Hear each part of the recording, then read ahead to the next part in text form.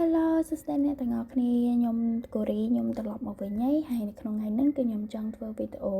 តាក់ទងជាមួយនឹង prediction សម្រាប់តារានិករទាំង12នៅក្នុងខែ5ហ្នឹងប៉ុន្តែវីដេអូហ្នឹងគឺខ្ញុំនិយាយត្រឹមតែសប្តាហ៍ទី1ទេរយៈពេល7ថ្ងៃពីថ្ងៃទី1រហូតដល់ថ្ងៃទី7ក្នុងខែ5ហ្នឹងអញ្ចឹងណាអូខេអញ្ចឹងសម្រាប់ Taurus Rising អញ្ចឹងសម្រាប់សប្តាហ៍ទី1ក្នុងខែ5ហ្នឹងសម្រាប់ Taurus Rising គឺយើងផ្ដោតសំខាន់ទៅលើ mental health តកតងជាមួយនឹងផ្លូវអារម្មណ៍របស់យើងអញ្ចឹងណាឬក៏អាចនឹងនិយាយថា subconscious mind របស់យើងឬក៏ការគិតអីរបស់យើងអញ្ចឹងទៅដែលតកតងជាមួយនឹងfantasy ឬក៏ delusional អីច្រើនអញ្ចឹងទៅដោយសារតែយើងមាន Venus conjunction Neptune នៅក្នុងតារានិករ Aries ដែលស្ថិតនៅក្នុងផ្ទះទី12របស់អ្នកទាំងអស់គ្នាដែលជាផ្ទះដែលតកតងជាមួយនឹងsubconscious mind ឬក៏ការសម័យអីចឹងទៅអញ្ចឹងឬហើយនឹងមួយទៀតក៏តកតងជាមួយនឹង mental health ដែរអញ្ចឹងនៅក្នុងថ្ងៃទី3ហ្នឹង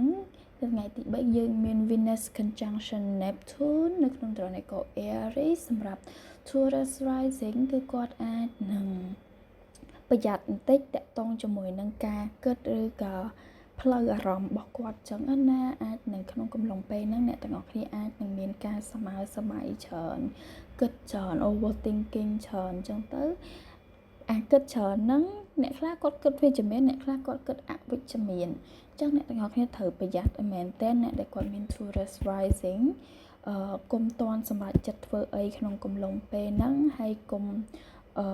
អ្វីដែលអ្នកទាំងអស់គ្នាឃើញអ្វីដែលអ្នកទាំងអស់គ្នាឃើញវាមិនប្រកាសថា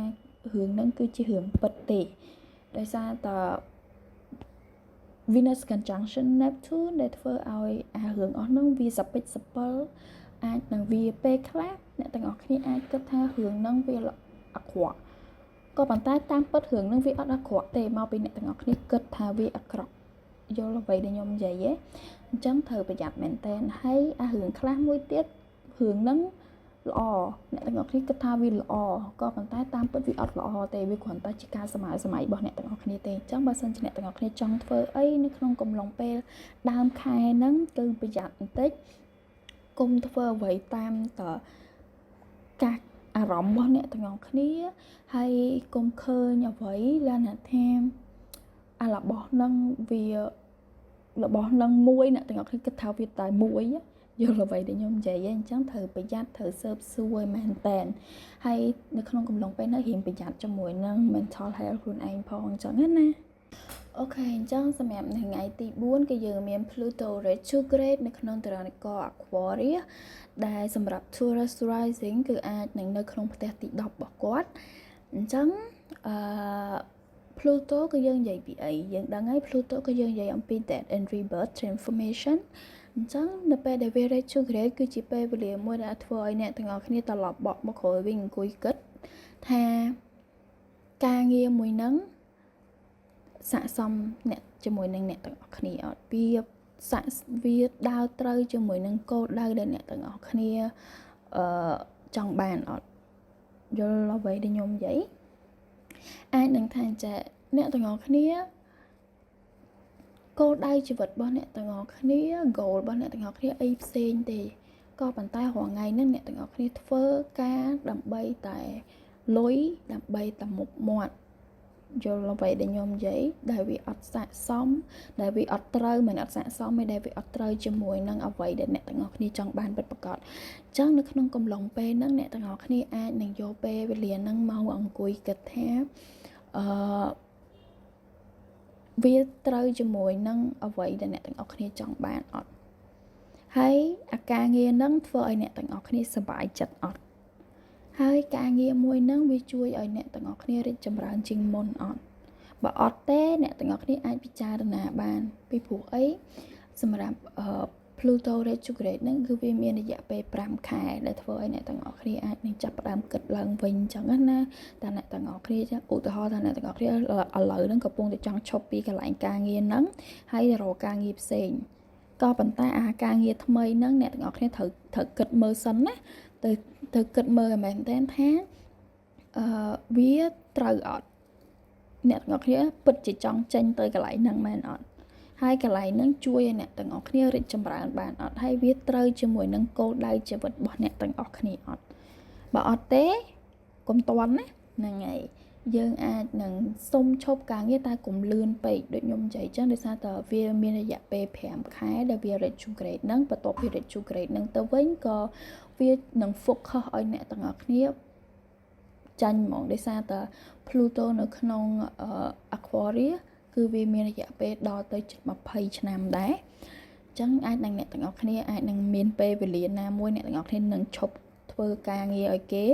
បើកជា business ខ្លួនឯងអីចឹងទៅអញ្ចឹងបើសិនជាអ្នកទាំងអស់គ្នាកំពុងតែធ្វើការងារឲ្យគេហើយចង់បើក business ខ្លួនឯងក្នុងកំឡុងពេល5ខែនេះណាអ្នកទាំងអស់គ្នាគិតសិនណាថា business ដែលអ្នកទាំងអស់គ្នាចង់ធ្វើនឹងវាពិតជាត្រូវនឹងអ្វីដែលអ្នកទាំងអស់គ្នាចង់បានអត់គុំធ្វើដោយសារតលុយណាខ្ញុំចង់និយាយអញ្ចឹងគុំគិតថាអូយើងធ្វើអានេះដោយសារតែយើងបានលុយច្រើនបានលុយច្រើនណូអ្នកទាំងអស់គ្នាត្រូវគិតថា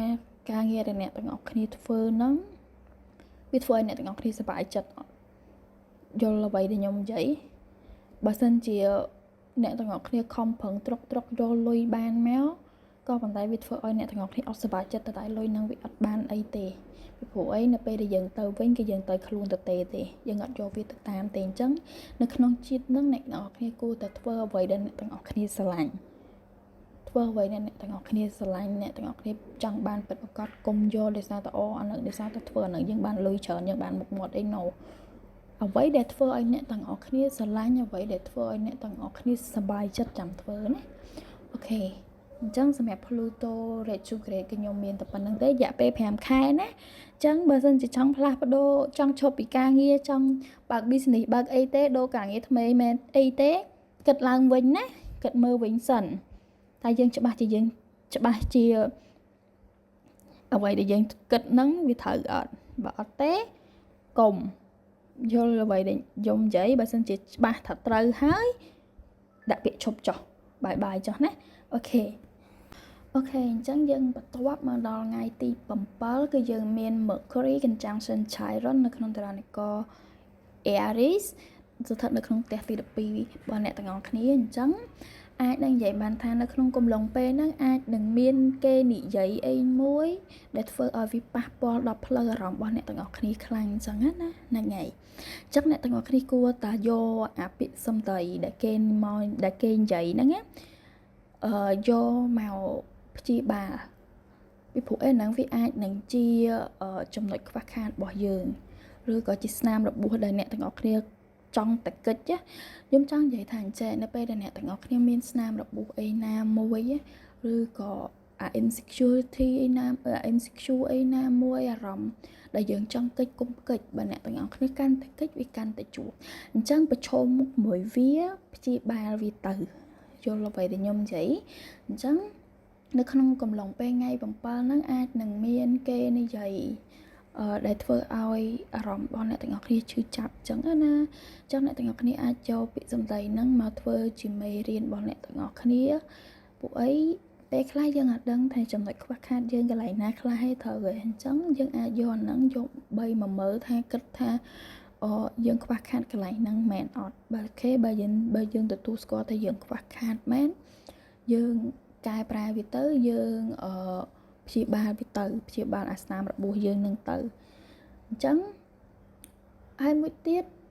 អ្នកទាំងអស់គ្នាអាចយកពេលហ្នឹងហើយអាចមកគិតអាស្នាមរបួសតាក់ទងជាមួយនឹង